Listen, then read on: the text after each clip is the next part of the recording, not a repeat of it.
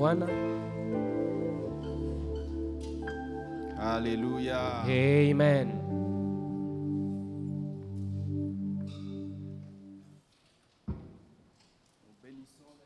Pour votre présence à ces lieux. Tunambariki Bwana kwa ajili ya uwepo wenu mahali hapa. Nous sommes en train de parler du rêve de Dieu. Tuko tunazungumzia juu ya ile ambao Mungu anatamani sur la terre. Hapa duniani. C'est à quoi Dieu veut arriver. Ile ambao Mungu anapenda ifikie. Les résultats que Dieu veut récolter. Matokeo ambao Mungu anahitaji yavune. Les retombées de son idée originelle. Matokeo ya ile wazo lake la kwanza sur la création de l'homme. Juu ya uumbaji wa mwanadamu. Prenez avec moi rapidement le Ézéchiel chapitre 47. Mtachukua pamoja nami haraka kitabu cha Ezekieli sura 47. Nous avons parlé des standards élevés auxquels Dieu voudrait que nous puissions aller dans le domaine de notre nature, de notre système de fonctionnement et dans le domaine de l'esprit. Ce texte parle du torrent qui sort du temple de Dieu. Vous vous souviendrez que nous sommes venus de Dieu. Notre origine est en Dieu. Nous ne sommes pas venus là juste comme au hasard ou à l'aventure. Et l'Esprit de Dieu voudrait qu'en introduisant ces textes ou ce message aujourd'hui, puissions juste jeter un coup d'œil sur quelques versets dans ce texte. D'abord, il y a les 3 étapes ou 4 du niveau du torrent, c'est-à-dire le Dieu de la progression. Il nous amène quelquefois ou souvent dans un schéma de progression pour atteindre le standard élevé.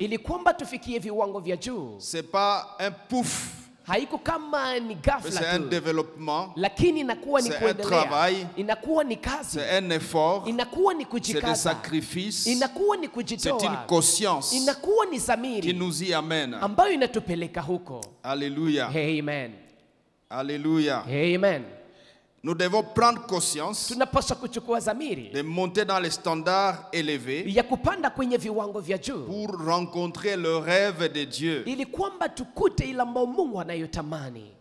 Il est écrit, me ramena vers la porte de la maison, et voici de l'eau sortait sous le seuil de la maison à l'orient, car à la face de la maison était à l'orient.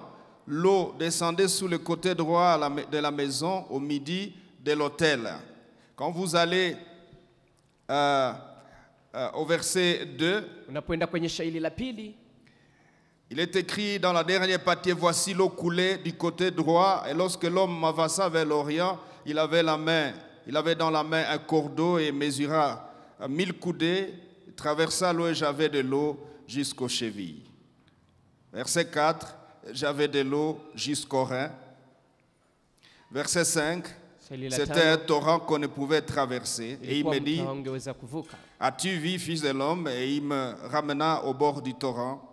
Et quand il m'y amené, voici, il y avait sur le bord du torrent beaucoup d'arbres de chaque côté. L'eau est passée et la vie s'est répandue. La divinité, le contenu de Dieu a changé de situation. Et il me dit, cette eau coulera vers le district oriental, descendra la plaine et entrera dans la mer. Lorsque ce sera jeté dans la mer, les eaux de la mer deviendront saines.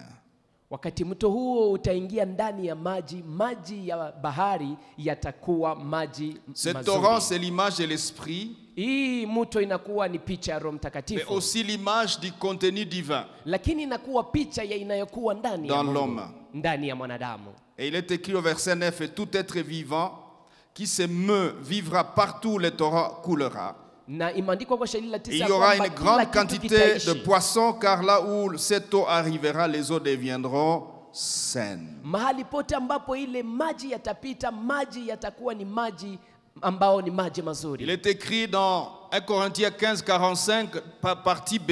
Imeandikwa ndani ya Wakorintho wa kwanza 15 mstari wa que le 45 second Adam ya kwamba Adamu wa pili est devenu un esprit vivifiant. akakuwa roho anayepana uzima. Un esprit vivifiant. Roho anayepana uzima.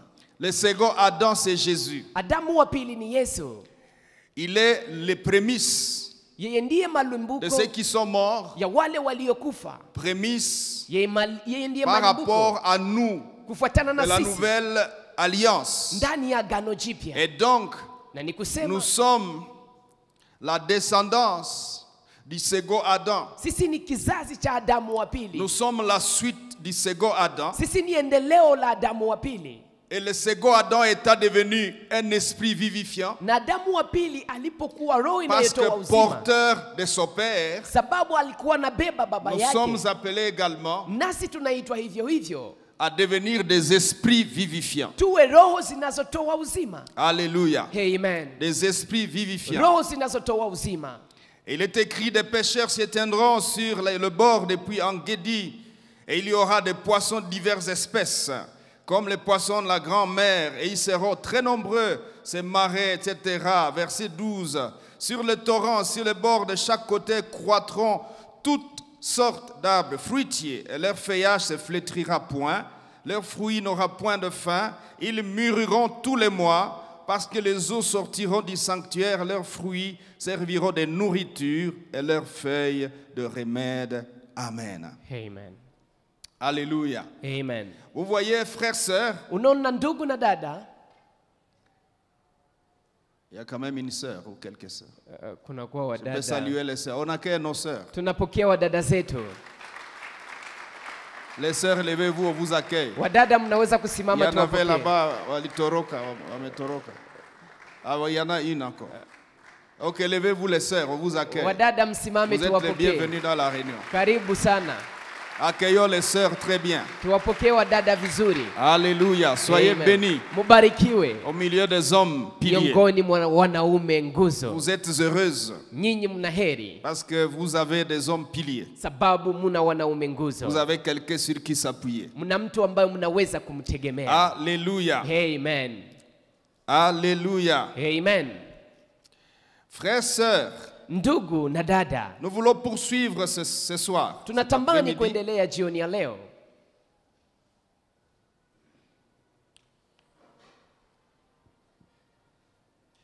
sur cette lancée. ndani ya mwendo huu. Hier, Jana nous avons parlé du rêve de Dieu. tulizungumzia ile ambayo Mungu anatamani, Et après avoir compris, perçu et intégré le rêve de Dieu en nous, na kisha kuona, kuelewa na kuingiza ndani mwetu ile ambayo Mungu anatamani. quelqu'un se poserait la question, mais pasteur, tu as dit en même temps que Adam a tout gâché par la chute. Kuna mtu ambaye anaweza kusema, mchungaji, Est-ce umesema que ce Adamu qu'était ameharibisha le yote rêve de Dieu kupitia au kuanguka? commencement Je, ile ambayo ulikuwa maono wa Mungu kwa est mwanzo encore possible aujourd'hui? ingali inaweza kuwezekana tena leo? Est-ce que ce message n'est pas une utopie? Je, ujumbe huu haiko tu mafikiri? J'aimerais te rassurer. Ningependa Si c'était nikuhakikishie, une utopie, ingekuwa ni mafikiri tu, Dieu ne m'enverrait pas vous parler de ces choses. Mungu hangenituma niwaambie Donc on mambo peut haya. acclamer le Seigneur parce qu'il a un rêve et il désire accomplir ce rêve. Tunaweza Et son kumshangilia rêve Bwana s'accomplira. sababu anakuwa na maono na anahitaji Alléluia. kutimiza maono Nous haya avons na vu dans la itatimilika. nouvelle alliance, Ndani ya agano jipya, Paul, Paulo rempli de Dieu, ambaye anajazwa na marchant Mungu dans les cités et dans les chemins, anatembea ndani ya et que miji, son ndani ya ombre barabara, guérissait les malades. na kivuli chake Nous kinaponya avons vu- wagonjwa. Tumeona Nous avons vu Pierre, tumeona Petro dont les mouchoirs qui le touchaient chassaient les démons, guérissaient les malades. ambaye vitambaa vilivyomgusa Parce que vilifukuza mapepo na kuponya La wagonjwa, plénitude de Dieu en lui, sababu utele wa Mungu ndani mwake. le transporteur de Dieu, Alikuwa mbebaji wa Mungu, était en train de répandre le Dieu qu'il transportait. alikuwa anaeneza mahali pote Mungu ambaye alikuwa J'aimerais mieux anambeba. dire la puissance de Dieu Ningependa niseme En uwezo wa Pierre Mungu ndani ya Petro était débordante, ulikuwa unafurika, qu'elle vivifiait. hata ulikuwa Vous unatoa voyez dans uzima. ce texte que nous venons de lire Unaona d'Ézéchiel, ndani ya andiko hili tulilolisoma ndani ya kitabu ce cha n'est pas Ezekieli, différent. haiko tofauti. Partout où l'eau passait, Mahali pote ambapo maji yalipita, les plantes mimea étaient vivifiées. ilikuwa inapewa uzima. La mer bahari redevenait fertile. ilikuwa tena inaweza Les kuzaa. poissons apparaissaient. Samaki zilikuwa zinaweza La tokea fertilité était répandue. na mboleo ilikuwa inajaa. Paul, tu marches. Paulo unatembea, Mais quand tu marches, na unapotembea il y a des gens qui ont la mort dans leur corps. kuna watu ambao wana kifo mwilini Et la mwao, mort est touchée par la présence de Dieu que tu transportes. na kifo hicho kinaguswa na uwepo wa Mungu ambao Et wewe les hommes unabeba, qui sont couchés sur des grabats et sur des lits, na des watu couchettes, ambao wanalala kwenye sont vitanda affectés par l'ombre wanaguswa na de kivuli l'homme ya ule en mtu qui ambaye ndani le Dieu mwake vivant Mungu aliye hai est rempli anajazwa dans un seuil élevé. ndani ya kiwango cha juu. Vous savez, Unajua, nous avons tous Dieu en nous depuis que nous avons reçu Jésus. sisi sote tuna Mungu ndani mwetu tulipompokea Tu peux Yesu. acclamer le Seigneur pour cela. Unaweza kumshangilia Bwana Mais kwa pour ajili que ce hiyo, Dieu lakini ili kwamba commence à Mungu se huyo libérer de toi, aanze kujiachilia ça ndani mwako, demande un standard élevé. naomba kiwango cha juu. Alléluia. Amen. C'est ce que Dieu est en train de nous Na ni enseigner. hiyo ndiyo Mungu iko na Ça demande un travail inaomba kazi,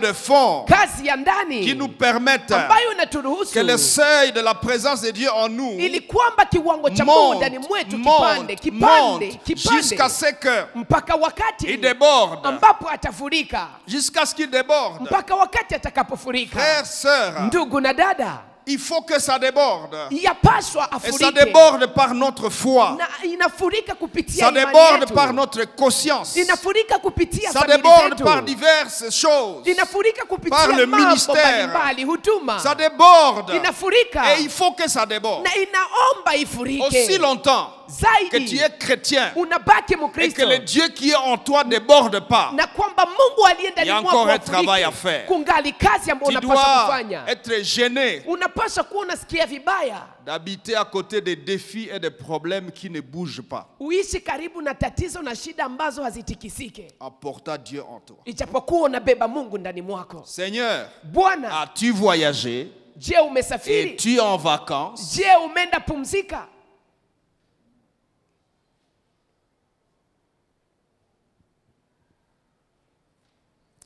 C'est ainsi nous avons vu dans Hébreux 12, 1, 2, 3 Na hivyo ndivyo tuliona ndani ya kitabu cha Waebrania 12 Que mstari wa kwanza hadi Jésus-Christ, tatu, ya kwamba que Yesu Dieu Kristo, s'est révélé maintenant par son Fils, ya kwamba Mungu amejifunua sasa qui est le kupitia mwana reflet de wake, sa gloire ambaye ni picha ya et utukufu l'empreinte wake de sa personne. na chapa ya utu wake. Par empreinte, comprenez Kupitia chapa les muelewe, marques de sa personne, ni kusema chapa za les utu wake, traces de sa ni personne, kusema alama za utu l'influence de wake, sa personne, ushawishi wa utu wake, le produit de sa personne. matokeo ya utu wake. Christ, Kristo, empreinte de sa personne. chapa ya utu wake. Le second Adam, Adamu wa pili, empreinte de sa personne, la personne de Dieu. chapa ya utu wa Mungu. Et nous, ses petits frères, Na sisi wadogo nous wake avons la même vocation. tunakuwa na wito huo Être huo l'empreinte de Dieu, ya kukuwa chapa ya Mungu, être les traces de Dieu, ya kukuwa chapa être za la Mungu, marque de Dieu kuwa chapa ya Mungu sur la terre. hapa Et duniani. si nous ne le faisons pas, Na kama je vous ai hatuifanye, dit au premier jour, niliwaambia siku ya Dieu kwanza, est triste Mungu et anakasirika malheureux na anasikia aussi vibaya longtemps zaidi que nous devenons son extension sur la terre. wakati hatujakuwa endeleo lake hapa duniani. Mais je bénis Dieu parce que quelqu'un a compris. Lakini nambariki Mungu sababu kuna mtu ambaye ameelewa, Et Dieu va cesser de pleurer à na partir de Mungu maintenant. hatalia tena kuanzia sasa. Si tu crois avec moi, tu dis Amen. Kama unaamini pamoja nami sema amina. Si tu ne le fais pas, Dieu le fera avec moi. Kama hauifanye, Mungu ataifanya pamoja nami. Il faut que Dieu cesse de pleurer. Inomba Mungu aache kulia.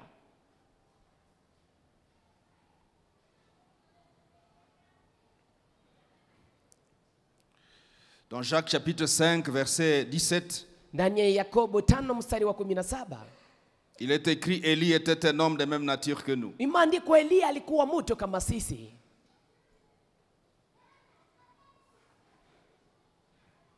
Paul était un homme de même nature que nous. Paulo alikuwa mtu kama sisi. Jean, de même nature que nous. Yohana alikuwa mtu kama Philippe, sisi. de même nature que nous. Filipo alikuwa mtu kama Quand sisi. vous allez dans Actes chapitre 8, verset 5 à 8, Unapoenda ndani ya kitabu Il cha est écrit, Matendo Philippe descendit en 5 hadi Samarie. 8 imeandikwa Filipo akashuka et il se mit Samaria à prêcher la parole. na akaanza kuhubiri neno.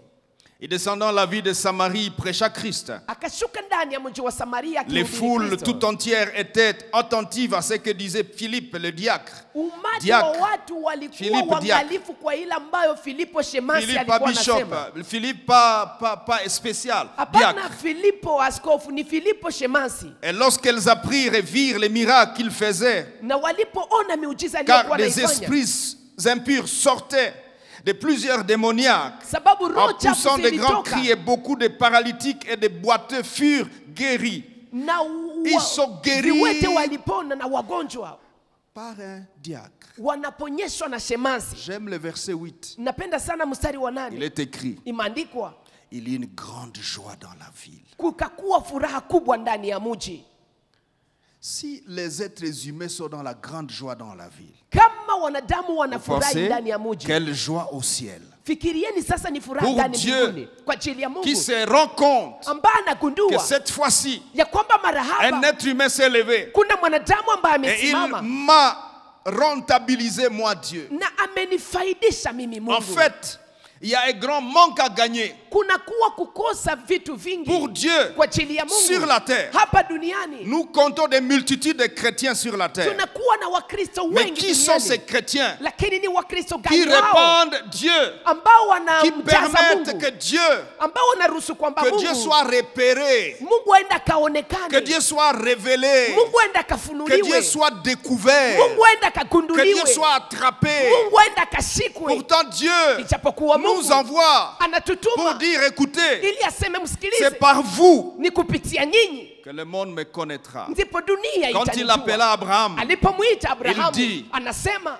tu seras une bénédiction utakuwa baraka pour toutes les nations de la terre. kwa ajili ya mataifa yote ya Il ne dunia. voulait pas dire, Abraham, tu vas distribuer l'argent aux nations. Hakupenda kusema Abrahamu Il voulait utakao dire, wa pesa Abraham, kwa mataifa, angepasha sema Abraham, Abrahamu tu seras mon transporteur utakuwa ule anayenibeba sur la terre. hapa duniani. Les mondes, les nations Dunia, vont me mataifa découvrir à watanigundua partir de toi et de ta descendance. kupitia wewe na uzao wako. Et aujourd'hui, Na leo la même attente de Dieu subsiste. ile shabaha ya Dieu Mungu attend qu'un ingaliki. homme pilier de l'arche Mungu anangoja mwanaume Un homme nguzo wa pilier kanisa de hili, Goma mwanaume nguzo wa se mji lève huu aende et akasimame parte na aende pour répandre kwa ajili ya les kusirisha torrents de vie, hii moto wa pour uzima, répandre ili asirishe la nature de Dieu, asili ya pour Mungu, répandre ili la asirishe puissance de Dieu, uwezo wa Mungu, pour distribuer ili agawe les contenus divins. inayokuwa ndani ya sur la Mungu terre. hapa duniani.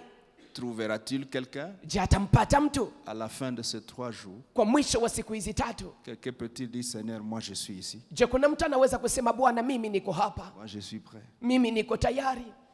Alléluia, Amen. alléluia. Amen. Regardez Pierre dans Actes chapitre 3 verset 5. Angalia Petro ndani, Il entre au temple anaingia et avant d'entrer, il constate qu'il y a un paralytique qui a fait plusieurs années là-bas. anaingia ndani ya hekalu na anakuta hapa kuna kiwete ambaye amegawa. Et il dit au paralytique, Anamwambia kiwete je huyo, n'ai ni argent ni or. sina pesa ama Ce que dhahabu, j'ai, je te le donne. nilicho nacho nakupa. Au nom de Jésus Kwa de jina la Nazareth, Yesu wa Nazareti, lève-toi et marche. simama na Et utembee. saisissant par la main, Akimshika il le kwenye fit mkono, lever et akamsimamisha, crac, crac, na hapo kwa le ghafla paralytique est debout, ule kiwete amesimama, sautant, akiruka, louant, akisifu, il entre dans les temples. na anaingia ndani ya Et c'est hekalu, les mois dans les temples. na ni furaha kubwa ndani ya hekalu. Qu'est-ce qui vient de se passer? Nini ambao umepitikana? Beaucoup de ceux qui ont cru à Christ Wengi wa ou walioamini qui ont ndani cru ya au Dieu Kristo, d'Abraham walioamini Mungu wa viennent tous Abrahamu, les jours dans les temples, wanakuja kila siku ndani ya mais ils n'ont pas hekalu, réussi à communiquer même un millimètre lakini cube hawakuweza hata kupana milimeta moja de la divinité ya umungu à cet homme qui est kwa là. huyu mtu ambaye alikuwa hapo kwenye mlango. Frères et sœurs, Ndugu na dada, les défis de ta vie, tu fais quoi avec? matatizo ya maisha yako Les unafanya défis de nini ta pamoja famille, nayo? qu'est-ce que tu fais? Matatizo ya jamaa Les lako défis unafanya de ton nini pamoja quartier, nayo? tu fais comment? Matatizo ya Les kata lako défis de unafanya nini l'église dans pamoja? laquelle tu pries. Matatizo ya kanisa lako Comment tu vas unalombea faire? ndani unafanya nini Les pamoja nayo? défis de la nation congolaise. Matatizo ya Les nchi ya défis des Kongo. groupes armés. Matatizo ya Les défis vikundi des vya insécurités que nous waasi. traversons. Matatizo ya usalama Dieu mdogo peut-il trouver tunaopitia. quelqu'un Je, Mungu anaweza kumpata par qui mtu passer, ambaye atapitia kupitia avec qui yeye, atteindre les ambaye objectifs. atafikia lengo zake Quelqu'un qui pamoja va naye, les transporter mtu et atakayembeba l'amener na kumpeleka dans les zones rouges, ndani ya l'amener hata- ya dans les eneo zones de gumu, défis. ndani ya ya eneo za l'amener matatizo ndani, auprès des ampeleke défis, karibu na hizo même dans ta tatizo, propre vie. hata ndani ya maisha yako wewe mwenyewe.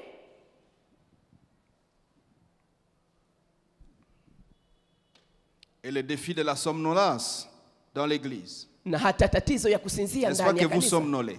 Si mnasinzia? N'avez-vous pas perçu Dieu qui est présent ce soir? Je, mkoona Mungu ambaye yuko hapa jioni ya leo? Je parle à quelqu'un. Je, naongea na mtu. On acclame le Seigneur. Tunashangilia Bwana. Alléluia. Amen.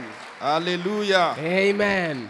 Quelquefois, les Écritures sont terribles. Mara maandiko yako Dans hatari. Psaume 68, verset 28, il est écrit: ton Dieu ordonne que tu sois puissant. Ndani ya kitabu cha Zaburi 68 mstari wa 28 maandiko, Mungu wako anaamuru kwamba uwe mwenye Comment serais-je uwezo. puissant? Namna gani nitakuwa mwenye uwezo?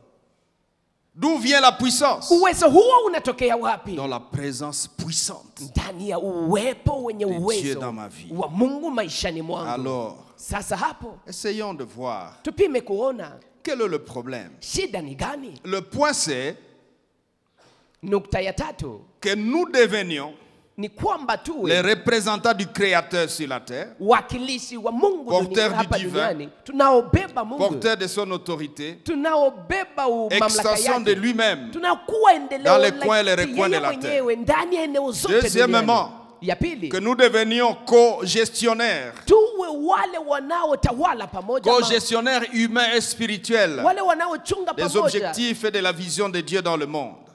kwa kianadamu Et na j'aimerais te kiroho répondre pour te dire juu ya c'est shabaha za Mungu possible donc. duniani. Na ningependa Aujourd'hui, kukuambia kwamba c'est inawezekana. encore possible. Leo ingali inawezekana. C'est encore possible. Ingali inawezekana. Dieu poursuit son rêve. Mungu anafuatilia ile maono yake. Suivez-moi bien. Munifuate vizuri. Dieu poursuit son rêve. Mungu anafuatilia Jusqu'à maono l'heure où je yake. parle. Mpaka wakati ninapoongea. Il veut avoir sur la terre Anahitaji awe duniani des hommes, na wanaume, des femmes wanawake qui sont remplis de lui. ambao wanajaa yeye. Au lieu que lui-même soit venu sur la terre Pahali yeye mwenyewe akuje pour y duniani, rester ili kwamba baki physiquement, kwa il mwili, y a eu changement de carte. kulikuwa Il a mabadiliko. décidé de fabriquer un homme Akaamua kumtengeneza mwanadamu en qui il va se télécharger ambamo ndani mwake atajipakiza, et que cet homme va jouer le rôle na kwamba huyu que mtu lui-même allait jouer sur la terre. ataanza kufanya kazi ambayo yeye mwenyewe angeifanya Maintenant, hapa duniani. Sasa Premier petit A. nukta ya kwanza ndogo, Essayons d'avoir un regard sur le cœur de ce Dieu qui a un rêve. tupime kutazama moyo wa huyu Mungu ambaye anakuwa na maono. Comment est le cœur de ce Dieu? Moyo wa Mungu huyu uko namna gani? Bwana sifiwe. Amina. Comment est le cœur de ce Dieu? Moyo wa huyu Mungu uko namna gani?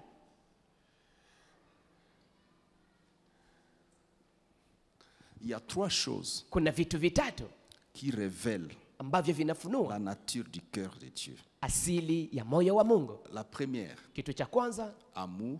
upendo. La deuxième, Ya pili, la bienveillance. wema. La troisième, Ya tatu, la promotion. Tu peux dire avec moi: unaweza sema pamoja nami? amour, Upendo, bienveillance, wema promotion. na kuinua. Tu peux le dire comme un homme. Unaweza kuisema kama mwanaume. Upendo Un peu plus comme un homme à haut standard. kama mwanaume wa kiwango cha juu. Un homme qui a un standard d'esprit élevé, on peut le dire. Mwanaume ambaye anakuwa na kiwango cha juu cha roho anaweza kusema. Pourquoi ton âme est-il abattue Na- au-dedans de toi? Sababu gani On nafsi peut le yako dire avec inavunjika ndani force, s'il mwako? vous Tunaweza plaît. kuisema na nguvu tafadhali. Amour. Upendo, Bienveillance. wema na kuinuliwa. Absolument. Ni hivyo. Tu cherches à découvrir le cœur de Dieu, le voilà. Unatafuta kugundua moyo wa Mungu, ndiyo huo. Regardez. Tazama, L'amour upendo de Dieu upendo wa Mungu est apparu à deux phases. umetokea kwa viwango mbili. La première phase de l'amour de Dieu, Hatua ya kwanza ya upendo wa Mungu c'est l'amour avant la chute. ilikuwa ni upendo mbele ya kuanguka. On est d'accord? Tunakubaliana? Cet amour Upendo huo qui contient le projet de la création de l'homme. ambamo ndani mwake muna mradi wa kumuumba Cet amour mwanadamu. contient Upendo huo les calculs divins. ndani mwake muna hesabu za Mungu. Cet amour contient Upendo huo una ndani la mwake volonté de Dieu mapenzi ya Mungu de donner à l'homme kwa ajili ya kumpa mwanadamu une particularité amupe upekee par rapport à toutes les créatures. kufuatana na viumbe vingine vyote. Il en va de l'amour. Na inatokea ndani Que ya parmi upendo, toute la gamme des choses qui sont créées, Mion- des êtres qui sont créés, miongoni mwa vitu vyote vinavyoumbwa nous soyons devenus l'être spécial tukakuwa kiumbe ambacho ni dans toute tofauti, l'existence, kiumbe maalum ndani ya dans viumbe toutes vingine les choses que vyote, Dieu a fait exister, ndani ya vitu vyote ambavyo Il Mungu décida aliviumba, de akaamua faire de l'homme kwamba mufanye mwanadamu un être spécial. kuwa mtu maalum. Regardez, Tazama, Dieu t'a aimé Mungu amekupenda avant de te créer. mbele ya kukuumba.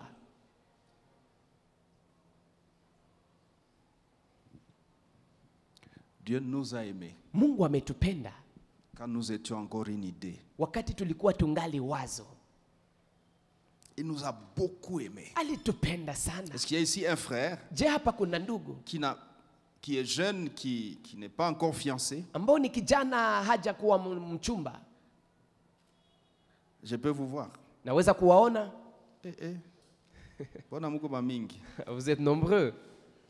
On va avoir les chèvres et les vaches. Tutakuwa na mambuzi na Alléluia. mangombe. Imaginez ce frère qui Angalia huyu désire se ndugu marier anatamani kufunga ndoa et qui vient dans un mariage na kisha anakuja ndani ya ndoa, et il ndani ya voit que harusi, c'est beau. anaona kwamba kabisa ni ya Qu'est-ce que c'est kupendeza, merveilleux. ni ya kufurahisha.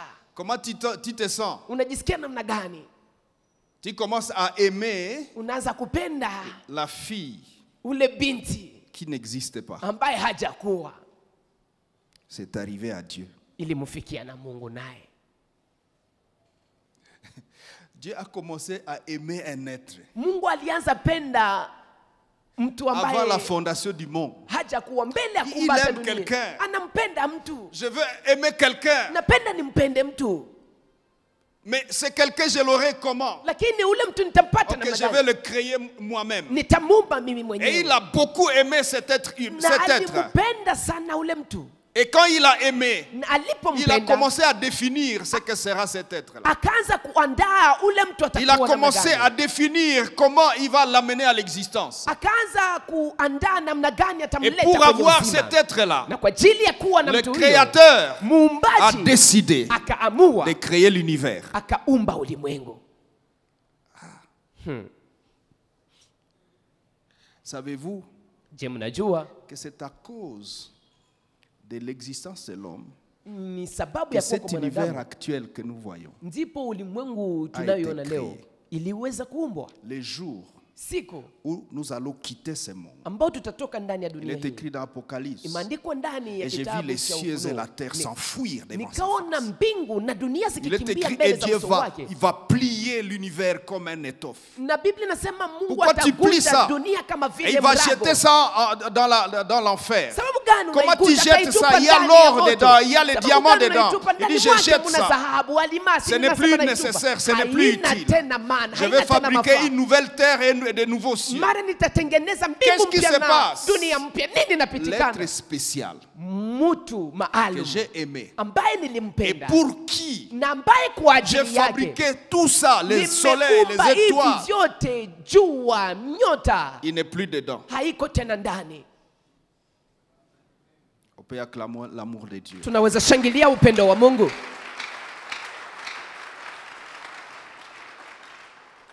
Quel amour. Upendo gani?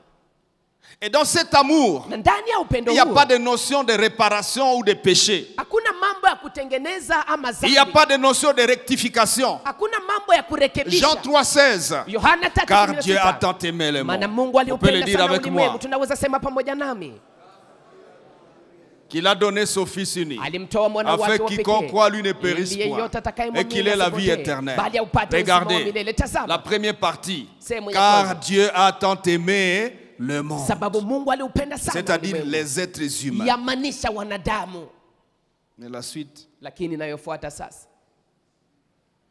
c'est une histoire de réparation. ni mambo ya kutengeneza. Il aime par rapport à une réparation à effectuer. Anapenda kufuatana matengenezo ambayo yanapaswa kufanyika. Mais au commencement, il n'en était pas ainsi. Lakini mwanzoni haikuwa hivyo. Au commencement, il nous a aimés Mwanzoni alitupenda. sans une notion d'arranger une situation. Bila kuwa na Sans sababu une notion de réparer quelque chose. kitu fulani, bila Il kutafuta nous aime kutengeneza seulement. kitu. Anatupenda tu. Nous n'existons pas encore. Il nous aime. Lakini Il anatupenda. trace le décor. Anaanza Il prépare là où nous allons habiter. kupamba, anatayarisha Il mahali fixe les tutaishi. conditions. Anaweka Il shughuli établit zote. le firmament, Anaweka l'atmosphère. mbingu. Anaweka mazingara. la couche d'azote. Anaweka hata na hewa. Et il met sur la terre Na anaweka tout le duniani nécessaire. vyote Et vinavyofaa. il ordonne à l'univers Na anamuru de nous ulimwengu servir. ianze Le kututumikia. soleil envoie ses offrandes depuis ce matin. Na tangu asubuhi jua iko natuma sadaka yake. N'est-ce pas? Sio hivyo? La vitamine D. Vitamine D. Le soleil a reçu des instructions. Jua imepata Tu vas maarifa. envoyer les offrandes à l'homme. Utatumia sadaka zako kwa mwanadamu. La lune, Mbaramwezi, les étoiles, nyota, ils sont à notre service. wako wanatutumikia wote. Imaginez Fikiria que cet être humain que Dieu crée, kwamba huu mwanadamu ambao Mungu il lui donne anamuumba, des dotations anampatia vifaa, naturelles d'intelligence anampatia akili, pour vous montrer que kwa kuonyesha tout kwamba l'univers a été créé pour nous. ulimwengu yote imeumbwa kwa ajili yetu. Dieu donne à l'homme Mungu anampatia la mwanadamu capacité intellectuelle uwezo wa akili de créer des matériaux wa kuunda dans vitu lesquels il va entrer ambamo ndani mwake ataingia, et il peut aller chez la planète voisine, il peut aller chez les voisins. kisha anaweza enda kwa sayari ambao ni jirani Et yake, il part à la lune. anaenda kwa Mbaramwezi. Il part pas par un songe. Haende na ndoto, Concrètement, anaenda kikweli kweli. ils essaient d'envoyer des trucs sur Mars. Wanatuma vitu kwenye Machi. L'homme, Mwanadamu tu. avez-vous les gorilles faire ça? Je, mmeshaona sokomutu ukifanya hiyo? L'homme. Mwanadamu. Et qu'est-ce que nous dirions de Jean 3,16? Na tungesema nini juu ya Yohana 3:16? Avant Genèse chapitre 3. Mbele ya Mwanzo sura 3. Est-ce qu'on peut définir quelque chose? Je, tunaweza kuongelea kitu fulani? La première partie va certainement rester. Sehemu ya Car kwanza Dieu kinaweza a tant kubaki. aimé Maana Mungu le amependa monde. sana ulimwengu. Ça reste. Hii inabaki. Quelle sera la suite? Itakayofuata ni nini? Il a donné son fils? Alitoa mwana wake? Non. Hapana. Il n'y a pas de fils à sacrifier. Hakuna mwana ambaye atamtoa. Et il n'y a pas de défi. Na hakuna Il tatizo. n'y a pas de problème à régler. Hakuna shida ya kutatua. Car Dieu a tant aimé le monde. Maana Mungu ameliupenda sana ulimwengu. Qu'est-ce qu'on va trouver? Tutapata nini? Vous voulez que je vous propose quelque chose? Mnahitaji kwamba ni wapendekeze kitu fulani? Proposer quelque chose? Je sais que vous êtes très intelligent, allons-y. Najua mko na akili sana, twende pamoja. Proposez-nous quelque chose. Car Dieu a tant aimé le monde. Maana Mungu alipenda sana ulimwengu. Quoi ensuite? Nini baadaye? Président. Il a mis l'homme dans le jardin d'Éden. Akamweka mwanadamu ndani ya bustani ya Edeni. Il a mis l'homme dans la vie éternelle. Il a créé toutes choses en sa faveur. Alléluia. Amen. Quelqu'un acclame c'est Dieu. Il Kuna nous a mtu tant aimé. Il anashangilia est huyu tellement Mungu. aimant. Vous savez, Unajua, lorsque nous disons à nos femmes mon amour, tunapoambia wake zetu mpenzi wangu, ça pèse pas. haina En fait, elle n'est uzito. pas tellement digne de cette phrase-là. Hastahili sana ile msemo. Quand tu dis à ton mari mon amour, Unapomwambia mume wako mpenzi wangu, il ne mérite pas ça. haistahili. C'est lui à qui on devait dire mon amour. Ule ambao tungepaswa kumwambia mpenzi C'est wangu Yahweh lui-même. ni Yahweh yeye mwenyewe, Éternel mon amour. wa milele, Parce que mpenzi au moins lui wangu. nous a aimés en fait. Sababu yeye kabisa alitupenda. Tu as aimé ta femme, c'est vrai, tu as fait, Umependa tu as mke fait. wako, ndio ni Mais kweli, ça umefanya, n'équivaut pas à ce que Dieu a fait pour nous lakini aimer. hailingane ile ambao Mungu amefanya kwa Nous ajili pourrons ya donc mwanadamu. dire, Tunaweza car Dieu kusema, a tant aimé le monde, maana Mungu amependa sana qu'il a ulimwengu organisé l'univers na ameandaa, ametengeneza pour le ulimwengu mettre au service de l'homme. kwa ajili ya kuifanya kwamba mtumikie L'homme mwanadamu, qu'il a créé à son image. mwanadamu aliyemuumba kwa mfano Afin wake, que- ili Vous kwamba, voyez, dans Jean 3,16, il y a afin que. unaona ndani ya Yohana 3:16 kuna ili Hallelujah. kwamba, Afin que ili kwamba cet homme ule mtu soit le reflet de sa gloire awe picha ya utukufu wake dans la création ndani ya uumbaji et l'empreinte de sa personne na chapa ya utu wake sur la terre et dans les cieux. duniani na mbinguni. Voilà les Jean 3,16 de ce moment-là. Tazama Yohana 3:16 ile wakati. Alléluia. Amen. Alléluia. Amen. Et Dieu, Na Mungu il aime vraiment. anapenda kabisa, Mais dans son cœur, lakini ndani ya la moyo deuxième wake facette, picha ya c'est la pili bienveillance. inakuwa ni wema. Regardez la bienveillance dans tout ça. Tazama wema ndani ya hii yote, Dans son amour ndani ya upendo wake pour l'homme kwa ajili ya mwanadamu qu'il n'a pas encore créé, ambaye hajamuumba bado, il prépare l'univers anaandaa ulimwengu comme signe de sa bienveillance sur cet homme qui va arriver. kama vile alama ya wema wake kwa ule mtu Vous voyez, atakayefika. quand vous voulez vous marier, Unaona habituellement, wakati unatafuta kuoa, vous mara achetez une parcelle, unanunua kiwanja, vous achetez un matelas, unanunua godoro, vous louez une maison, unapanga nyumba, vous préparez des assiettes, unatayarisha masahani, vous faites des choses. unafanya mambo, Comment vous appelez tous ces gestes-là? unaita hii vitendo C'est vyote la namna gani? bienveillance pour votre femme. Inakuwa ni wema kukesha vizuri juu ya mke wako, Et quand les amis viennent, na wakati marafiki ils trouvent wanakuja des vides. Ils disent, wanakuta mais ici ça devait... Oui, mais en fait, wanakuta nafasi ambapo quand ma femme va venir, wanasema il wakati faut mke que moi, wangu ça sera déjà là. hili ile itakuwa C'est imekuwa quoi la tayari. chose? Ile La kitu bienveillance. ni Tu peux wema encore dire avec wa moi kukesha juu. amour, Sema bienveillance, upendo, wema, promotion. kuinua. Alors regardez la bienveillance dans cette expérience-là. Tazama sasa wema ndani Dieu a ya hii préparé maisha les mwanadamu. conditions optimum de vie Mungu ameandaa shurti nzuri kwa kuishi l'homme avant de le créer. kwa ajili ya mwanadamu mbele Les ya deux. kumuumba. Ya Et pili, lui offrir la nature qui lui permettra de bien être en relation avec Dieu. anamtolea, Et je le crée à mon image. anampatia asili ambayo Il ne faut pas que itamrahisisha quand je ajadiliane voudrais vizuri être en naye. relation avec cet homme-là, Ayombe wakati nitatafuta Ça kuwa colle na pas. uhusiano na huyu mtu, mambo isikamate. bienveillance. Wema. 3. Ya tatu, Quand l'homme chute, wakati mwanadamu anaanguka, Dieu lui réserve une voie de sortie. Mungu anamwandalia njia Dans Genèse 3:15. ya kuokoka ndani ya kitabu cha 4. Mwanzo 3:15. Quand Ile, l'homme a déjà chuté, wakati mwanadamu la ameshaanguka, bienveillance de Dieu le pousse à poursuivre l'homme et à l'accompagner là dans la chute. wema wa Mungu unamsukuma Et il msindikize vient- mwanadamu na msindikize huko ndani Il ya vient kuanguka. pour lui habiller. Anakuja kwa ajili ya Il tue un kumvalisha animal afin que cet homme soit couvert. na naua nyama ili kwamba ule mwanadamu Cinquièmement, avikwe. il envoie le seul sauveur. Ya tano, anatuma mmokozi, Je pourrais dire le seul sauveur possible. mmokozi moja ambaye Parce que quand anaweza Jean crie, patikana.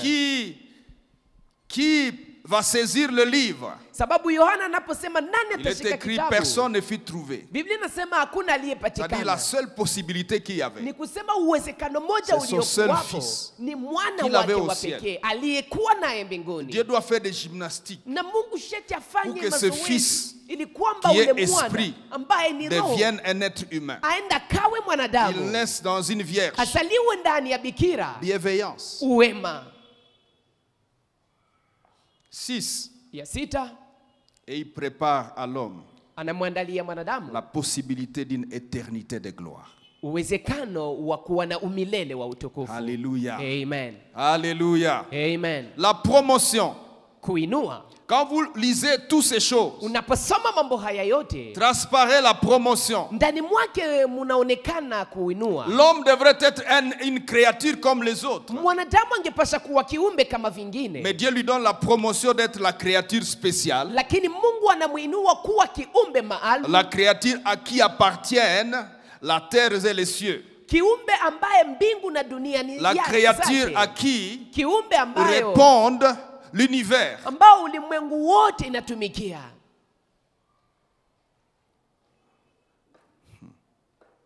Simuchapie Bwana makofi.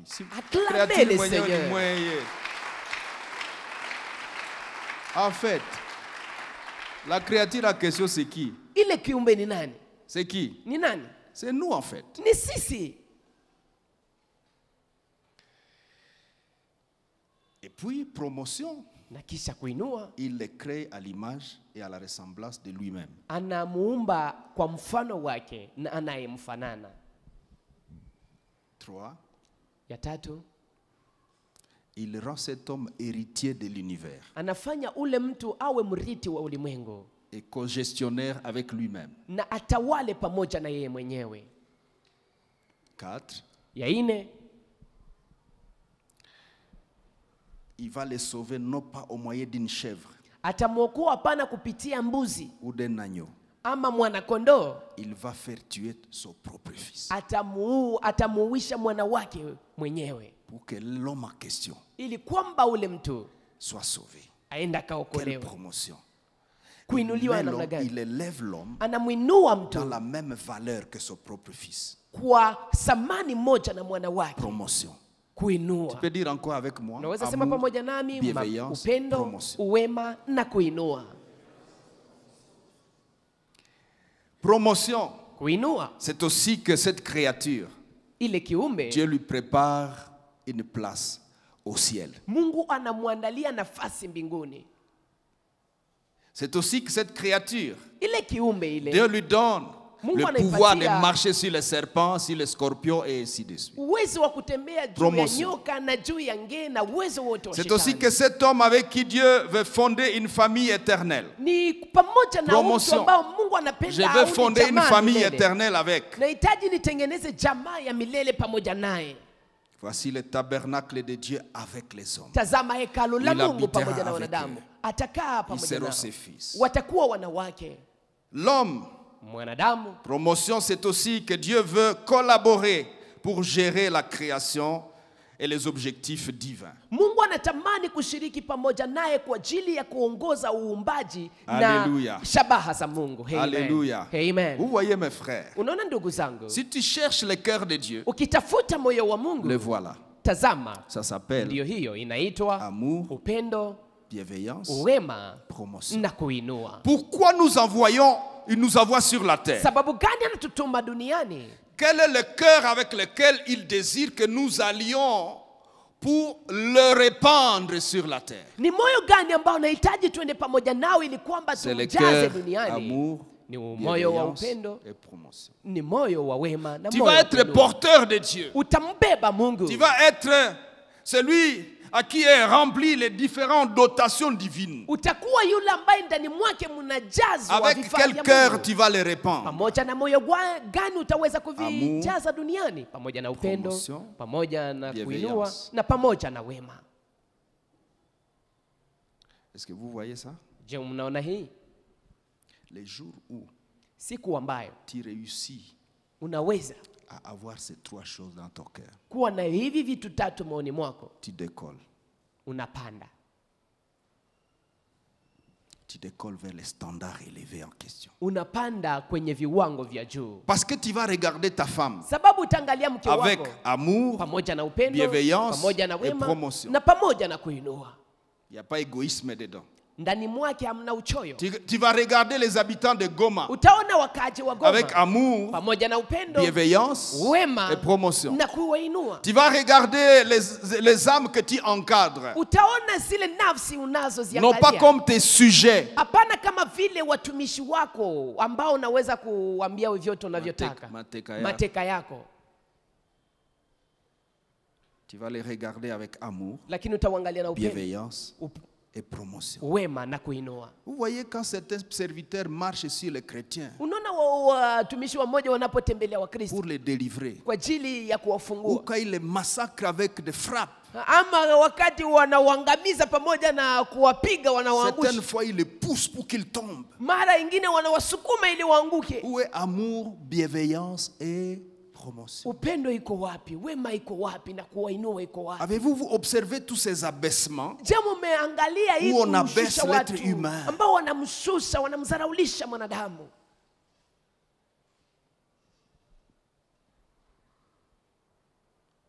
Le cœur de Dieu est différent. Moyo wa Mungu uko tofauti. Amour, Upendo, bienveillance, wema promotion. na kuinua. Homme pilier, Mwanaume nguzo, reçoit les cœurs de Dieu. pokea moyo wa Mungu. Développe les cœurs de Dieu. Wendo kakomalishe Et moyo les wa choses Mungu. vont déjà autour de toi-même changer. Na mambo karibu na wewe Même tes yatabadilika. enfants te diront, Hata watoto wako watakwambia, Papa, baba, tu as changé. umebadilika. Regarde tes enfants avec amour Angalia watoto wako na upendo Bienveillance. na wema et promotion. na kuwainua. Regarde ta femme, Angalia mke Avec wako amour. pamoja na upendo bienveillance Wema. et promotion. na kumuinua. Regarde tes disciples, Angalia wafuasi regarde wako. ton pasteur Angalia mchungaji wako avec. pamoja na. Regarde la ville de Goma. Angalia mji wa Goma. Tu vois quoi? Unaona nini? Tu te vois dedans? Unajiona ndani? Amour, bienveillance, Upendo, wema, promotion de la ville de Goma, kuinuliwa kwa mji wa Goma. bienveillance envers la ville de Goma. Wema mbele ya mji wa Regarde Goma. ton avenue. Angalia Amour, bienveillance, protection. Wema Et il y a na plein de herbes dans l'avenue. kisha Il y a plein majani de na poubelles. ndani ya Tu barabara. peux même appeler les gens qui ramassent les poubelles. Tu les appelles, ils arrangent ton avenue. Qu'est-ce que tu fais? Kuna yalalo, Le unaweza cœur de Dieu. kuita hata watu wanakuja kuondoa ile yalalo. Le cœur de Dieu en toi Moyo wa Mungu ndani mwako commence à fonctionner. inaanza kutumika wakati unafanya Nous sommes hivyo. des chrétiens Sisi ni Wakristo qui sont devenus dégoûtants pour Dieu. ambao tumekuwa hatuna tena utamu mbele za Mungu, Parce que sababu où est le cœur de Dieu en nous? moyo wa Mungu uko wapi Amour, ndani mwetu? Upendo, bienveillance, wema Protection, na ukingo, promotion. kuinuka Dans ton entreprise où tu travailles, ndani ya kampuni lako ambamo unatumika. tu vois ça? Je, unaiona Amour, upendo, bienveillance wema et protection. na kuinua, Promotion. kuinua.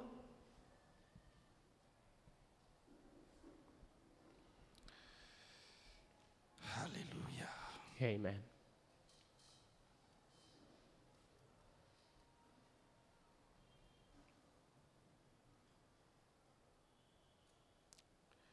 Seigneur, Bwana, comment vais-je m'exercer namna gani nitajizoeza à être ton empreinte sur la terre? kukuwa chapa yako duniani? Déjà, le monde a besoin de te voir. Dunia inahitaji kuone, Et je veux être ton transporteur. nahitaji niwe yule anayekubeba. Mais comment je fais? Lakini ninafanya namna gani? Je veux ton empreinte. Nahitaji chapa lako, C'est-à-dire celui qui laisse les marques de Dieu. yamaanisha ule ambaye anaacha alama za Mungu, Celui qui, quand il passe, ule ambaye wakati on a anapita chanté ici, Tango, ale kaka, tikaka bilembo. Tango Yesu ale kaka. Ilembo nde nini? Empreinte. Empreinte. chapa. Siko Yesu ale kaka wapi? Sasa Usio Yesu mona- anapitaka wapi? Il y a beaucoup de Yesu ici, non? Si kuna wa Yesu Tu wengi peux hapa. regarder le Yesu qui est à côté de toi. Unaweza angalia Yesu ambaye yuko pembeni yako. Muimbie mwenzako, muimbie, muimbie. Chante pour lui. Tango Yesu ale kaka, ati kaka bile. Si enjoy Yesu sasa. C'est lui Jésus. basi. Chante pour lui. Si muimbie. Chante pour lui. Ati kaka bilembo na ye. Leloyo, leloyo akotika lelo bilembo. Homme pilier, est-ce que vous êtes là? Mwanaume nguzo, je uko? Est-ce que vous êtes là les hommes Je piliers? mko hapo wanaume nguzo? Il faut Yapaswa que l'empreinte de Christ, chapa ya Kristo, or Christ, ijapokuwa est Kristo l'empreinte de son Père. ni chapa ya baba Et yake, en nous, na ndani nous mwetu allons laisser les empreintes de Christ, tutaacha chapa za qui Kristo ne sont rien d'autre que les empreintes du Père. ambazo ni chapa za baba.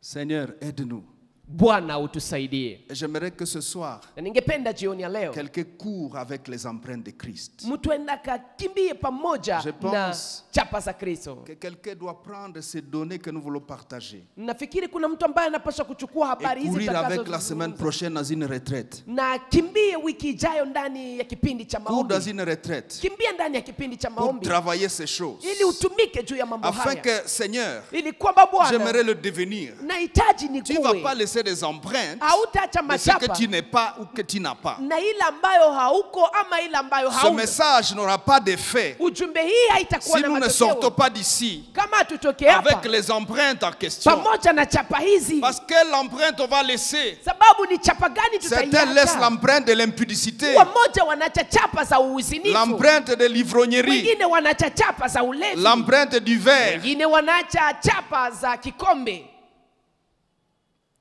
les empreintes de la méchanceté. wanacha chapa za C'est ça les empreintes. On te za connaît uovu. comme ça. Wanakujua vile, On sait que wanajua si tu peux kwamba réussir kama unaweza à détourner kufaulu l'argent de l'entreprise, kuiba pesa ya kampuni il faut appeler tel. ita fulani, Il a les empreintes en question. ndani mwake muna hizo chapa. Vous avez entendu ça? Umeshasikia Ah, hiyo? c'est bon, mwite collègue fulani, yeye ndio anajua gisi tel binakuwa. collègue, c'est lui qui connaît comment manipuler Quelles sont les tes chiffres. empreintes? Chapa Tu zako es ni gani? efficace. Wewe una nguvu, En fait, il y a les empreintes ndani mwako muna des chapa voleurs. za wizi.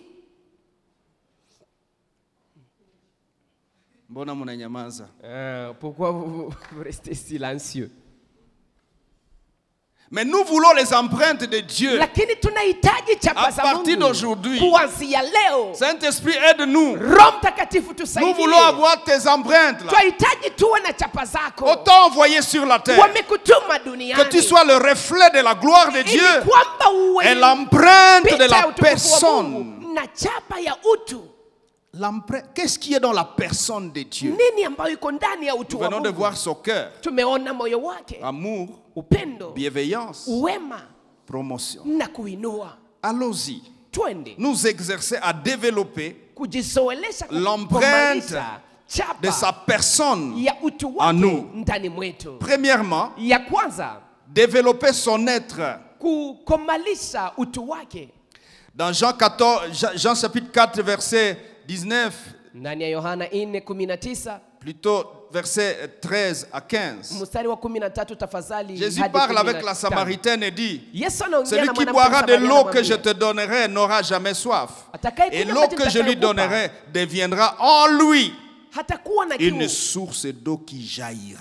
na maji nitakayomupa Rappelez-vous itakuwa Ezekiel ndani mwake 47. chemchemu ya maji Qui itakayotiririka, jaillira itakayotiririka jusque dans l'éternité. mpaka hadi umilele. C'est-à-dire, frère, Yamaanisha à partir ndugu, d'aujourd'hui, kuanzia leo la personne de Dieu, l'être de Dieu, utu wa Mungu doit commencer à jaillir. inapaswa anza kutiririka. Seigneur, aide-moi. Bwana Il faut que tu nisaidie, jaillisses. yaomba travers de utiririke moi. kupitia mimi. Quand je sors pour aller au travail, Ninapotoka nikienda quand kazini, j'entre dans un bus ninapoingia ou ndani dans ya un basi, taxi, ninapoingia il faut ndani ya que ton taxi, être jaillisse. yaomba utu wako utiririke. Quand j'arrive dans mon bureau, Ninapoingia ndani ya alors que ofisi les yangu, autres entrent en reculant dans leur bureau, wakati wengine wanaingia kinyume selon les nyume, conditions reçues chez le kufuatana féticheur, na shuti Moi, walizozipokea j'entre kwa librement, mkuu. Mimi naingia na uhuru avec joie, pamoja na et mes furaha, employés na wanaonitumikia ou mes subalternes, ama wale ambao wako Ils chini sentent yangu Dieu jaillir dans wanasikia le bureau. Mungu akitiririka Ils ndani sentent que mwangu. Dieu vient d'arriver. Wanasikia kwamba Ils Mungu sentent que amefika. nous sommes bénis. Wanasikia kwamba Ils sentent tumebarikiwa. qu'il faut que les chefs restent longtemps. Wanasikia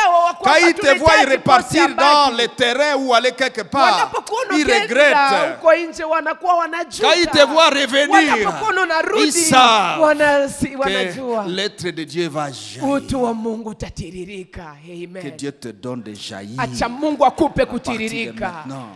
Amen. Seigneur, aide-moi. Bwana nisaidie. Quelqu'un voudrait prendre cette réalité, Kuna mtu anahitaji chukua prendre cette ukweli huu. vérité, Achukue cours ukweli avec huu. dans une retraite. Akimbie nao ndani Pour ya dire, maombi, Seigneur, kipindi cha maombi, amwambie comment Bwana, ça va fonctionner? namna gani itaendeka? Seigneur, Bwana, comment je fais? namna gani Je veux nitafanya? que ton être jaillisse de Nahitaji moi. utu wako Je voudrais utiririke ndani que mwangu. mon entourage soit Nahitaji béni wanaonizunguka par ton wabarikiwe être. na utu wako. Que les gens connaissent Dieu. Watu wajue Que les Mungu. gens sentent Dieu. Watu amsikie Il faut Mungu. que tu jaillisses. Inaomba Je ne voudrais utiririke. plus te Sipendi conserver. tena nikujiwekee mimi mwenyewe. Aide-moi, Seigneur. Unisaidie Bwana. Quelqu'un dit aide-moi, Seigneur. Kuna mtu anasema nisaidie Bwana. Aide-moi. Unisaidie.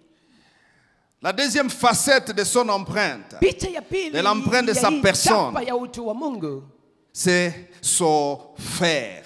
ni namna yake ya kutenda. Faire. Namna yake ya kutenda. Dieu Mungu est enclin dans son cœur ndani ya moyo et il est wake attaché à anaambatana, résoudre les problèmes des humains. anatafuta kutatua shida za Si wanadamu. tu cherches Dieu, Kama unatafuta tu vas le Mungu, trouver en train de faire, utamkuta akiwa anafanya en mambo, train de résoudre, de répondre à un besoin, de résoudre quelque chose. akiwa Il est en train anatatua de faire. hitaji, iko Il est en train de natenda, travailler. iko natumika. Alléluia. Amen. Alléluia. Amen. Mon père travaille jusqu'à présent. Moi aussi, je Anatumika. travaille. Baba yangu anatumika hadi sasa na mimi natumika. Troisième aspect de son être, de Picha sa ya personne, tatu ya utu wake sa sagesse. ni hekima yake. Tu veux chercher la sagesse, Wahitaji kutafuta acquérir la hekima, sagesse de Dieu, kupata hekima ya mettre Mungu. la sagesse de Dieu au service de l'Église. Uanze tumikisha La hekima ya mettre au Mungu service ndani ya des kanisa. humains. Uanze La sagesse de kuitumikisha Dieu. kwa ajili ya Vous savez wanadamu. combien c'est beau Unajua namna gani ni ya kupendeza quand on est sage et au vie de la sagesse de Dieu. wakati wewe ni mwenye hekima na unaishi hekima ya Vous Mungu. rencontrez des personnes, ils sont calmes. Unakuta watu wako kimya Et devant des défis, na mbele ya ils ne shida s'agitent pas. wao Il y a hawatikisike. quelque chose de Dieu en lui. Kuna kitu cha Mungu Et ndani tu peux même mwao. te dire, mais ce frère est comment? Unaweza sema huyu ndugu iko namna gani huyu? Il a développé Amekomalisha une facette de la personne de Dieu picha moja ya utu wa Mungu qu'on appelle la sagesse. ambao wanaita hekima. La sagesse. Hekima. Vous lirez tous ces textes à la maison. Mtasoma maandiko haya yote Quatrièmement, nyumbani. Ya ine, son cœur. moyo wake. Nous avons déjà parlé. Tumesha Il est écrit dans Romains 8:32. imeandikwa ndani ya kitabu cha Lui qui Warumi n'a pas 8, épargné mstari son wa makumi propre tatu na fils, mbili, yeye ambaye hakumnyima mwana wake wa mais pekee. qu'il a livré pour nous, Lakini comment ne nous aliyemtoa kwa donnera-t-il ajili pas yetu. aussi toutes choses Namna gani avec atatupatia lui pia mambo par sa yote pamoja grâce? naye kupitia neema yake? C'est quoi ça? Hii ni nini? Amour, Upendo, bienveillance, wema promotion. na kuinua, Développer les cœurs kukomalisha moyo de Dieu. wa Mungu. Le monde attend Ulimwengu unangoja que les hommes piliers terminent la convention. kwamba wanaume nguzo wamalize kongamano Ne hili. vous inquiétez pas, vous allez constater Msisikitike, mtagundua que nos épouses vont être attentives ya kwamba wake zetu watakuwa pour vérifier wasikivu, ili kwamba si wachunguze ces choses kama mambo sont en train de haya prendre forme en nous. yako yanavaa mwili C'est ndani pourquoi mwetu. j'ai dit, Na ndiyo maana prends nasema ces éléments, chukua mambo cours haya, avec dans un coin kimbia nayo ndani ya et eneo parle fulani. avec Dieu. Ongea na Mungu, Cherche Dieu. tafuta Mungu, Dites, Seigneur, sema Bwana, ça, hii Ça doit apparaître en moi. inapasha onekana ndani Ça, mwangu, hii Ça doit être ton empreinte en inapasha moi. kuwa picha Ça, yako, je dois vivre chapa ça. yako ndani mwangu, hii inapasha kuiishi. Et je ne sortirai pas d'ici Na sitatoka jusqu'à hapa ce que mpaka wakati cette marque hii chapa hii soit en moi. iwe ndani mwangu. Bwana sifiwe. Amen. Sa vision. Maono yake, Si quelqu'un me sert, kama mtu qu'il me ananitumikia suive. anifuate, Saisir sa vision. kushika maono yake, Courir avec ça dans le monde. kimbia pamoja nayo ulimwenguni. Dans notre génération, Ndani ya kizazi chetu que ceux qui viendront après nous watakaokuja kisha retrouvent sisi les empreintes de la vision de Dieu dans notre wakute famille. machapa ya maono ya Mungu ndani ya jamaa petits-fils zetu. Watoto wa watoto diront, wako watasema, Mon grand-père babu yangu avait la vision de Dieu. alikuwa na maono ya Mon Mungu. grand-père me disait Babu yangu alikuwa que ananiambia ce que Dieu veut faire sur la ya terre, c'est kwamba ça, ile ambayo ça Mungu et anahitaji ça. fanya duniani ni hii. Tu auras hii laissé na hii. l'empreinte de la personne de Dieu Utakuwa umeacha chapa ya utu wa dans Mungu ta génération. ndani ya kizazi chako. 6. Ya sita Ses objectifs. ni shabaha zake. Mon père travaille jusqu'à présent, moi aussi je travaille. Baba yangu anatumika hadi sasa, C'est-à-dire, nami natumika. Je fais Yamaanisha comme mon père. nafanya kama Je baba fais yangu, comme Jésus. nafanya kama Yesu. 7. 7 son autorité. mamlaka yake. Il est écrit, parle non comme les scribes, il parle comme ayant autorité. Imeandikwa anaongea pana kama waandishi wa sheria, Acquérir, lakini kama mwenye développer, mamlaka. exercer l'autorité de Christ. Kupata, kukomalisha na kutumia Pour mamlaka ya soumettre Kristo. les ténèbres. Kwa ajili ya Pour kutiisha libérer les giza, captifs. kwa ajili ya kufungua Pour wafungwa, changer la kwa situation. ajili ya kubadilisha Il hali. faut que j'acquière l'autorité. Yaomba nipate 8. mamlaka. 9. La science.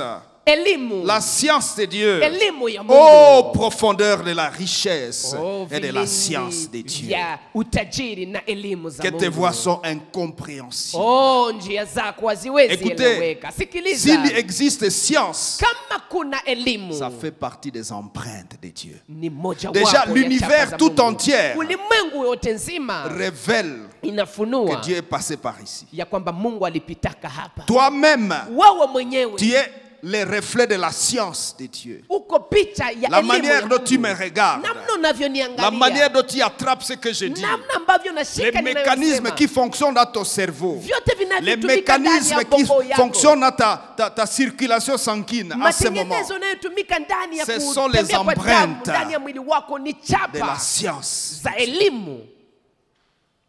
La science de Dieu. Elimu ya Mungu. Écoutez, Sikiliza. les enfants de Dieu, Watoto wa Mungu ceux qui transportent Dieu, wanaombeba Mungu ils doivent montrer wanapasha les kuonyesha empreintes machapa ou l'empreinte de la science de ama Dieu. chapa ya elimu ya Mungu.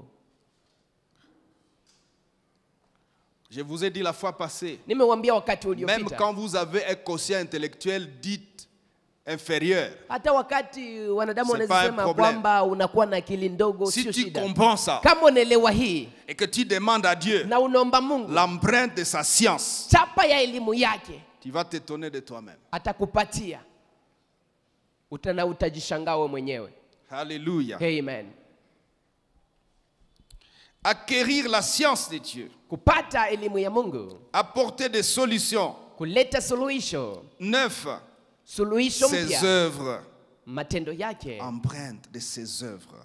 chapa ya matendo yake. Jésus dit à ceux qui l'écoutaient, Yesu anawaambia si waliokuwa vous ne croyez wakimsikiliza, pas ce que je vous enseigne, kama hamwamini croyez au moins nayowafundisha, aux œuvres que le Père est en train de faire. muamini matendo ambayo Baba anatenda C'est-à-dire, kupitia si vous ne mimi. trouvez pas Dieu dans ce que je dis, Yamaanisha kama muone Mungu ndani ya Trouvez-le ile au ninayosema. moins Muimpate dans ce que le basi Père en question est en train ndani de ya ile faire. ambayo Baba ule iko natenda. Et Jean-Baptiste lui Na envoie Yohana ses envoyés Mbatizaji pour dire, dites-nous, anawatumia est-ce qu'il est vraiment wanafunzi celui wake. que nous attendions, le Messie? Anamuuliza, je wewe Et il ndiye dit, tuliyekuwa allez dire à tunamngoja? Jean-Baptiste, Anasema mwende mmwambie Yohana Les Mbatizaji, aveugles voient, vipofu les wanaona, boiteux marchent, viwete watembea, les malades guérissent. wagonjwa wanapona, Et la bonne nouvelle est annoncée. na habari njema Les inatangazwa. œuvres. Matendo. Alléluia. Amen. Tu veux laisser les empreintes de Dieu? Unahitaji kuacha chapa za Ça Mungu. demande les œuvres. Inaomba Mais matendo. comment aurais-je ces œuvres de Dieu? Sasa namna gani unapata hizi matendo ya Cours Mungu? dans une retraite. Kimbia ndani ya Cours Mungu. devant Dieu. Kimbia mbele za Mungu. Recherche ça. Tafuta hii.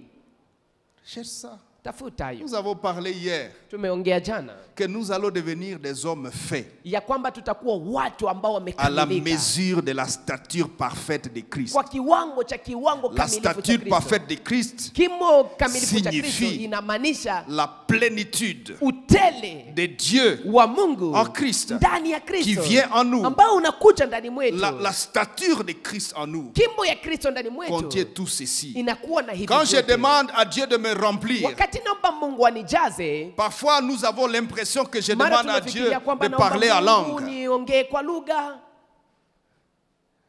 Mais la réalité c'est ceci. lakini ukweli ni huu, Je demande à Dieu naomba Mungu de me remplir anijaze de sa personne. na utu wake. Et quand Dieu le fait, Na wakati Mungu anaifanya l'indice, inayokuwa alama parler en langue. inakuwa ni kuongea kwa lugha, Parler en langue. kuongea kwa lugha. 10. 10, Sa toute puissance. uwezo wake wote.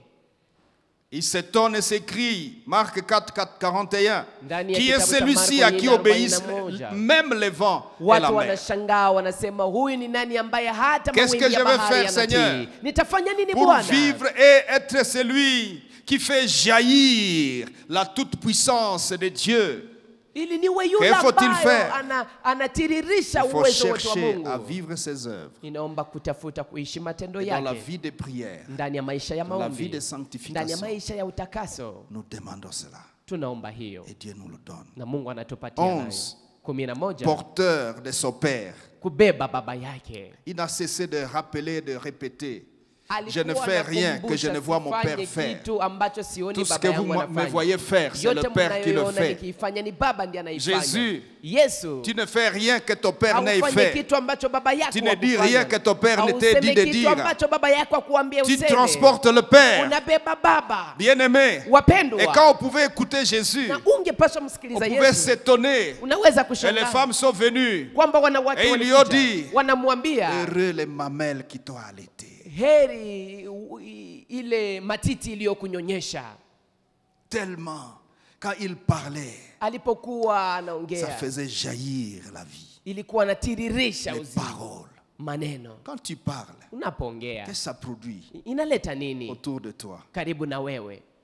Ça fait jaillir quoi? Inatiririsha La nini? colère, Ni les conflits, hasira, ni les démons. kukorogana, mapepo. Qu'est-ce que ça fait jaillir? Inaleta nini? 12. 12. Porteur des paroles de son Père. Mbebaji wa maneno ya baba yake. Les paroles de sa bouche sont vérité. Maneno ya kinywa chake ni ukweli. Quand il parle, Anapoongea ça s'accomplit. inatimilika. Alléluia. Amen. Alléluia. Amen. Bien-aimé, Wapendwa, j'aimerais parler au cœur de quelqu'un. ningependa niongee na moyo wa mtu. Je n'ai pas besoin de vous sensibiliser. Sina haja ya kuwa kama vile niko na waitisha. Le message est clair. Ujumbe iko wazi. Si Dieu le permet, le samedi prochain, Kama Mungu anaruhusu nous siku allons ya sita poursuivre sur le inayofuata, sujet. tutaendelea na mada hii le matin. asubuhi, Et demain, on va continuer sur le sujet. na kesho tutaendelea na mada hii. Alléluia. Amen. Alléluia. Amen. Alléluia. Amen. Mais j'aimerais dire à quelqu'un, Lakini ningependa nimwambie mtu, la parole de Dieu, lorsqu'elle est annoncée, neno la Mungu linapotangazwa elle est vivante. iko hai. Jésus a dit, Yesu kasema, et la parole que je vous ai annoncée est esprit et vie. neno niliyowatangazia ni roho na uzima. Qui a cru à ce qui nous a été annoncé? Nani aliamini la Qui a Mungu reconnu le bras de limetangaziwa l'Éternel kwetu? qui était dans la parole? Nani ambaye ametambua mkono wa Bwana uliokuwa ndani ya neno? Je vous ai dit en introduction, Niliwaambia nilipokuwa Ézéchiel nikianza, chapitre 2, ndani ya kitabu cha il Ezekieli est dit, imeandikwa, lorsque Ézéchiel y entendu la voix, wakati Ezekieli aliposikia l'esprit sauti, entra en lui. roho akaingia ndani mwake. Mais esprit, tu étais où? Il fallait entrer avant que j'entende la parole. Sasa roho ulikuwa wapi? Si ungepasha ingia mbele nisikilize Quand il neno. entendit la voix de celui qui lui parle, Alipotusikiliza l'esprit sauti ya ule entra. aliyekuwa anasema, et il roho le fit akaingia ndani mettre mwake. sur ses deux pieds. Na akamsimamisha Et kwa il miguu entendit yake. la voix de celui Na qui parlait. kasikia sauti ya ule ambaye Et l'Éternel anayeongea. commença à lui donner des choses. Na Yahweh akaanza Mes kumpatia mambo. frères, Ndugu zangu, si nous sommes archois, kama sisi ni wanamemba wa kanisa avec hili, toute la perspective pamoja na mitazamo que yote, Dieu nous a assignée, mtazamo wote ambao Mungu ametupatia, lumière des nations, ambao ni kuwa nuru ya porteur de mataifa, salut, wabebaji wa aux wokovu, extrémités de la terre, hadi mwisho wa dunia, nous avons besoin de cette réalité. tunahitaji ukweli huu, Et c'est maintenant. na ni sasa, Ce n'est pas l'année prochaine. haiko mwaka kesho. J'aimerais qu'on se lève un instant. Ningependa tusimame kwa muda. Quelqu'un veut commencer sa prière. Kuna mtu ambaye anahitaji kuanza Je maombi sais que tu vas yake. continuer ta prière même la semaine prochaine. Najua utaendelea maombi Ou à la yako hata maison. wiki ijayo ama Mais j'aimerais que nyumbani. tu la démarres d'abord. Lakini ningependa uianze Démarre kwanza. ta prière. Anza maombi yako. Parce qu'il faut que Sababu inaomba tu kwamba deviennes le co-gestionnaire ukuwe anayetawala pamoja de la vision, des objectifs, des maono, perspectives de Dieu. shabaha, Il mitazamo ya faut Mungu. que Dieu commence à jaillir de toi. Inaomba Mungu aanze kutiririka Il ndani faut mwako. que la vie de Dieu, Inaomba comme uzima ce wa torrent Mungu, qui coulait, kama hii mto commence à uliotiririka, couler par toi, ianze kutiririka partout kupitia où tu wewe. passes, Mahali pote upitapo, que ça déborde, acha yafurike, que ça change de situation. ibadilishe Que là où il hali. n'y a pas de vie, la vie commence. Mahali ambapo hakuna Que là où il y a uzima, la uzima mort, uanze. Mahali elle ambapo est kuna remplacée. kifo, acha ugombolewe. Que là où il y a les conflits, la paix entre.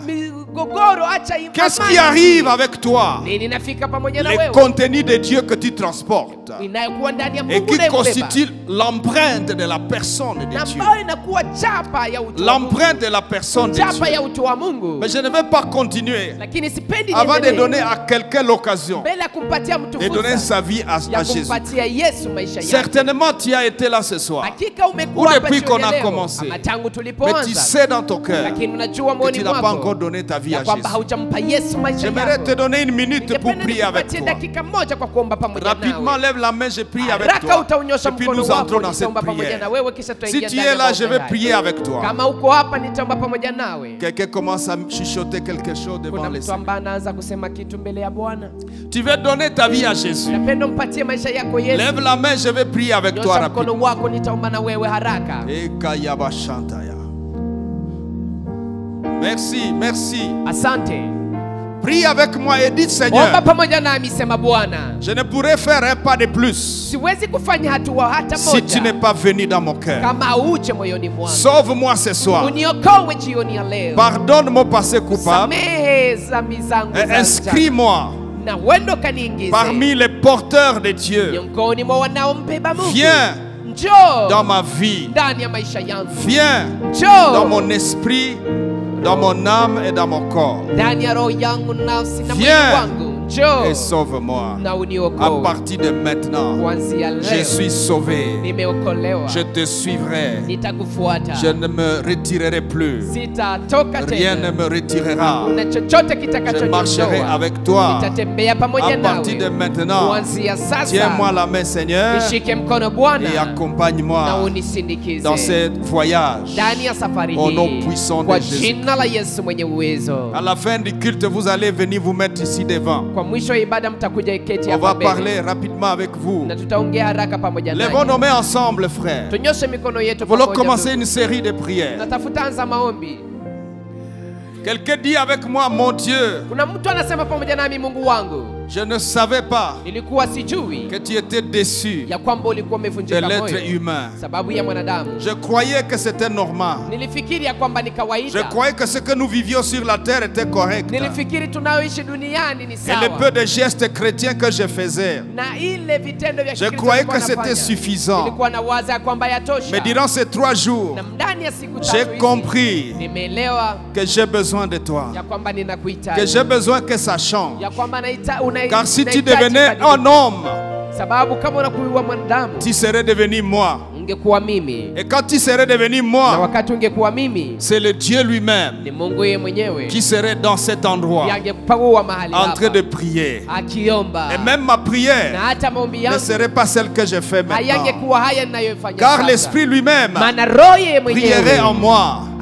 Oh angeomba ndani Dieu, mwangu. ce Mungu, soir, jioni ya je leo te prie, na kuomba sensibilise ma conscience. wende ukaitishe Ouvre mes dhamiri yeux zangu. spirituels Fungua macho afin yangu que ya je roho voie ili kwamba la nione vérité. ukweli, Que je te connaisse. ili nikujue. La vie éternelle qui te connaisse. Uzima wa milele Je ni veux kwamba te ukujue. connaître, Seigneur. Nahitaji nikujue Oh, que Bwana. mon esprit te connaisse. Acha roho yangu Que mon âme te ikujue. connaisse. Nafsi yangu ikujue. Que mon âme te connaisse. Nafsi yangu ikujue. Que mon âme te connaisse. Nafsi yangu Que mon esprit ikujue. te connaisse. Roho yangu Toi le ikujue. seul vrai Dieu. Wewe Mungu wa kweli Oh, mon mmoja. sauveur et mon roi. Mwokozi wangu Ce na soir, mfalme je te wangu. prie Jioni ya leo de nakuomba toucher mon esprit. uguse roho yangu. Touche mon esprit. Gusa roho yangu. Commence à prier. Demande Anza ça. Demande kuomba, ça. anza kuomba.